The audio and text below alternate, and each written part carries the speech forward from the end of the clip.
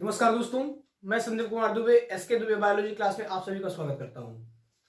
पिछले टर्म पे हम लोग सत्र 2019 के 7 पेपरों के बारे में मतलब 7 सेट के पेपर्स जो थे उनके बारे में धीरे धीरे करके अध्ययन किया। ठीक है, आज हम लोग नए 2018 सत्र 2018 सेट फर्स्ट के बारे में अध्ययन करेंगे कि उसमें कौन कौन सी क्वेश्चंस ऑब्जेक्टिव और 1-2 नंबर के क्वेश्चंस पूछे गए हैं।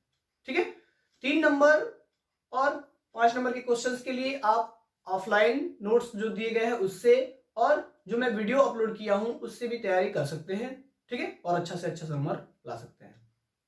आइए देखते हैं कि कौन कौन से क्वेश्चंस पूछे गए हैं।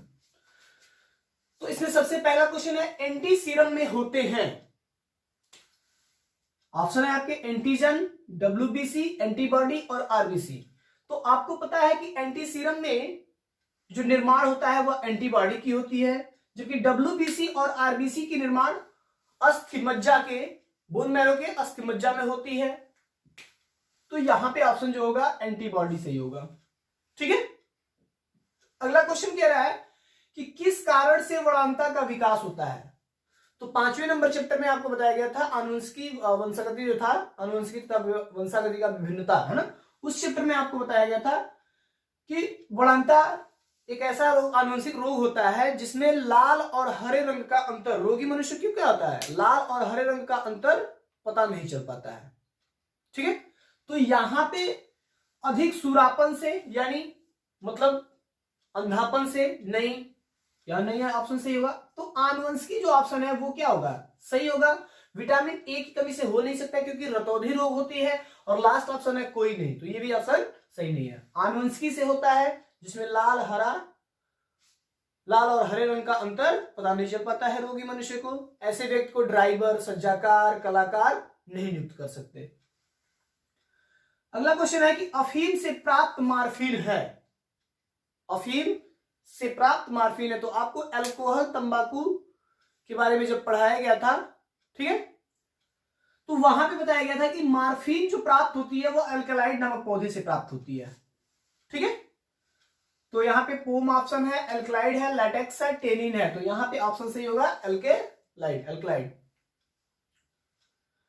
अगला क्वेश्चन कह रहा है कि किस पदार्थ का संश्लेषण जीनी अभियांत्रिकी द्वारा औद्योगिक स्तर पर किया गया है। मतलब जीनी अभियांत्रिकी रिकॉम्बिनेंट डीएनए जो पढ़ाई गई चैप्टर आपको, उसके द्वारा किस चीज का सबसे अधिक बढ़ावा दिया गया है, मानव वृद्धि हार्मोन का, इंसुलिन का, इंटरफेरॉन का और सभी।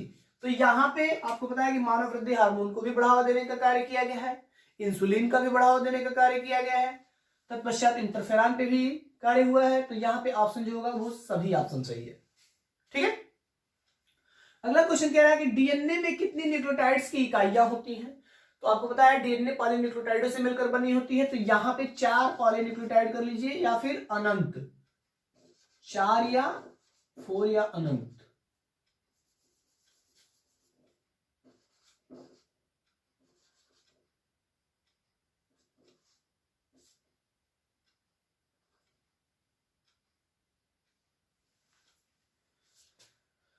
उसके बाद से कह रहा है कि प्रोटीन संश्लेषण में सूत्रपात तथा समापन कोडान का नाम लिखिए। छठे चैप्टर में आपको बताया गया था वंशागति की आणविक आधार में प्रोटीन संश्लेषण कहां होता है, यानी इसका मतलब प्रोटीन संश्लेषण यानी प्रोटीन का संश्लेषण कहां होता है, इससे आशय है।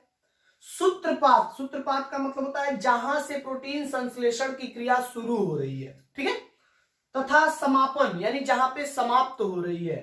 कोडान का नाम लिखिए। तो आपको पता है कि डीएनए संश्लेषण की प्रक्रिया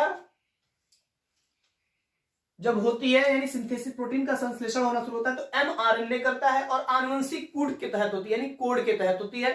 तो आनुवंशिक कूट एमआरएनए, तो अब एमआरएनए क्या करता है, मैसेंजर, सूचना देने का कार्य करता है, प्रोटीन को सूचना देता है मतलब ऐसी प्रोटीन हमको चाहिए, अच्छी प्रोटीन या जो भी है। ठीक है, तो यहां पे संश्लेषण सूत्रपात 2 भागों में बटा होता है संश्लेषण की क्रिया। एक होता है सूत्रपात,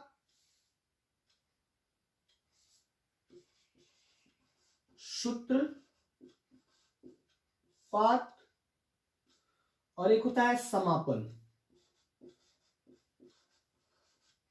इसके पहले आनुवंशिक कूट,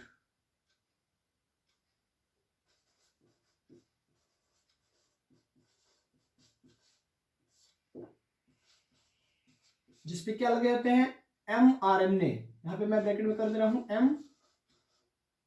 mRNA, जो प्रोटीन का क्या करता है, निर्माण करता है। उसके बाद सूत्रपात जो होता है वह AUG है ना, AUG कोड होता है इसको बनाने की, जबकि समापन कोड का जो कोड होता है वह UAG तथा UGA नामक आनुवंशिक कोड का कोड क्या करता है, इसको शुरू करने का कार्य करता है। तो सब प्रोटीन संश्लेषण में ये दोनों सहायक होते हैं। यहां से शुरू होता है सूत्रपात, मतलब क्रिया शुरू हो रही है प्रोटीन संश्लेषण की, यहां लिख सकते हैं प्रोटीन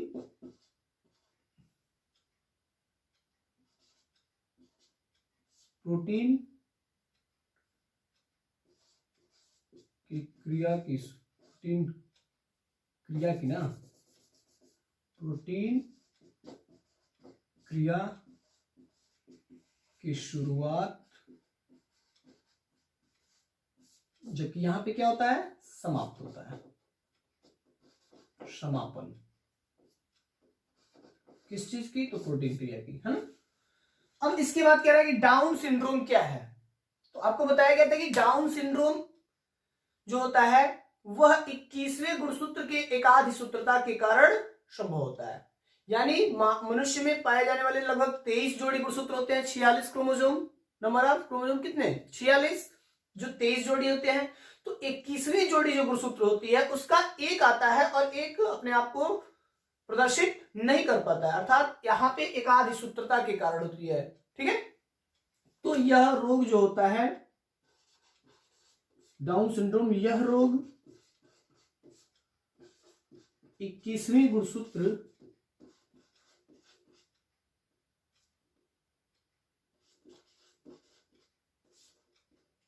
की एकाधिसूत्रता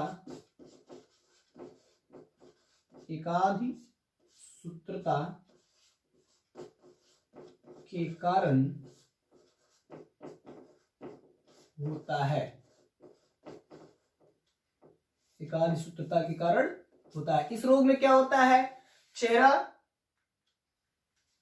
गोल सा हो जाता है, ठीक है, अल्प विकसित मंद बुद्धि वाले मनुष्य रह जाते हैं, जो ये बच्चे हैं वो क्या होते हैं, अल्प विकसित हो जाते हैं, त्वचा सल्कीय हो जाती है, गर्दन चौड़ी हो जाती है, माथा भी चौड़ी हो जाती है। तो इस प्रकार के रोग डाउन सिंड्रोम पे आप चाहिए तो क्या मतलब क्या होता है, डाउन सिंड्रोम पे आप टिप्पणी कर सकते हो, लिख सकते हो, ठीक है। तो 1 नंबर का क्वेश्चन है, तो आप क्या करोगे, 21वीं गुणसूत्र के एकाध सूत्रता के कारण होता है और 2-4 शब्द लिख दोगे, आपको मिल जाएगा, ठीक है। अगला क्वेश्चन कह रहा है कि 2 आर्थिक लाभकारी कीटों के नाम लिखिए। तो आपको पता है कि शहतूत, जिससे मोम बनाए जाते हैं, हाँ, शहतूत के वृक्षों पे पाए जाते हैं। उसके बाद से मधुमक्खी, जिससे मोम, ठीक है। तो इस शहतूत के वृक्षों से जो होता है वो गोद बनाए जाते हैं, तो लाख तैयार किए जाते हैं। और जो मधुमक्खी होती है उससे क्या, शहद प्राप्त किए जाते हैं और मोम तैयार किए जाते हैं। तो ये विभिन्न प्रकार के 2 नाम हो गए। अगला क्वेश्चन कह रहा है कि जैव विविधता से आप क्या समझते हैं। क्वेश्चन है जैव विविधता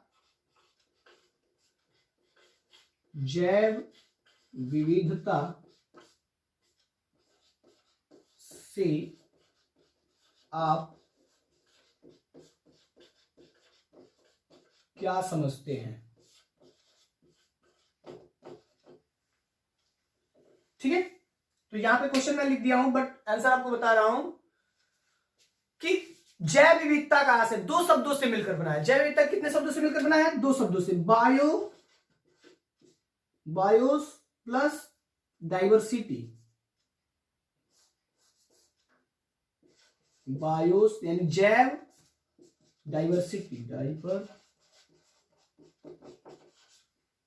जैव प्लस विविधता यानी जैविक विविधता, यानी पृथ्वी पर पाई जाने वाली, जैव विविधता का परिभाषा होता है कि पृथ्वी पर पाई जाने वाली विभिन्न प्रकार की जीव जातियों के समूहों से होता है। अर्थात जैव विविधता का आशय पृथ्वी पर पाई जाने वाली विभिन्न प्रकार की जीव जातियों के विभिन्नताओं के अध्ययन करने से संबंध होता है, जैव विविधता कहलाता है। ठीक है, तो ये जैव विविधता था। और कुछ हॉट स्पॉट क्षेत्र पूछे गए हैं, भारत के कुछ प्रमुख हॉट स्पॉट, तो बर्मा क्षेत्र, सुंडालैंड क्षेत्र, ठीक है, इंडो बर्मा क्षेत्र, तो ये कुछ हॉट स्पॉट के केंद्र हैं।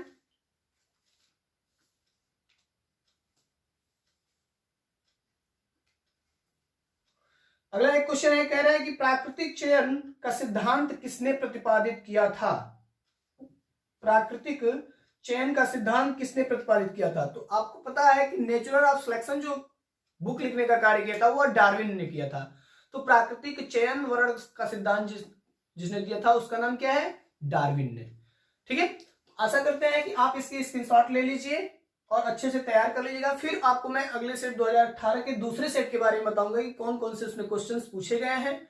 जो लोग अभी तक सब्सक्राइब नहीं किए हैं मेरे चैनल को, सब्सक्राइब कर लें ताकि मैं उनको अधिक से अधिक वीडियो पहुंचा सकूं, और आप शेयर करना ना भूलें। ठीक है, धन्यवाद।